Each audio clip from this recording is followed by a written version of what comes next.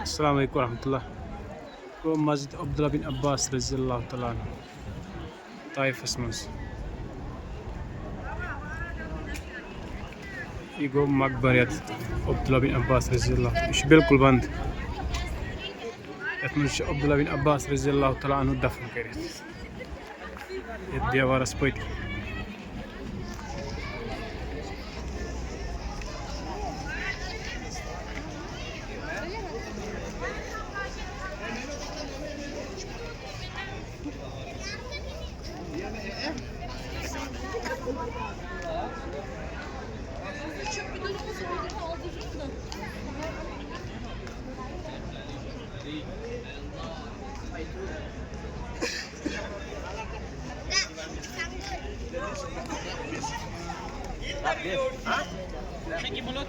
Apa saya anak?